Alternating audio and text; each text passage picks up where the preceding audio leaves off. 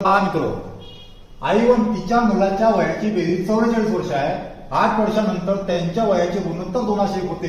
तर आईचे आजचे वय किती? आता हे आपण सोप्या पद्धतीने करू. कसं पा दिलं काय इथं 44 वर्ष वय दिलं आहे. हे बेरीज केव्हाची वय? आजची वय. त्याच्यानंतर गुणोत्तर केव्हा दिला काय? 8 वर्षानंतर दिला आहे. तर 8 वर्षानंतर जर गुणोत्तर दिलं आहे ते दिलं आहे 201.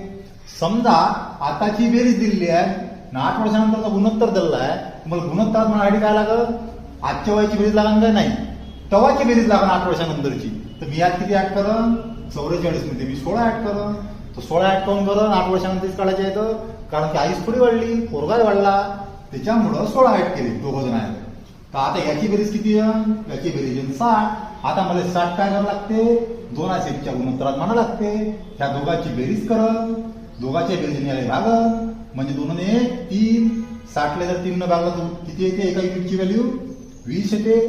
आणि 20 काय करन? ह्या दोघांना वापस देऊन देईल. तो 20 दुनी 40, 20 एक 20. म्हणजे आईचं वय किती 8 वर्षानंतर? 40 आहे. मुलाचं 20 आहे.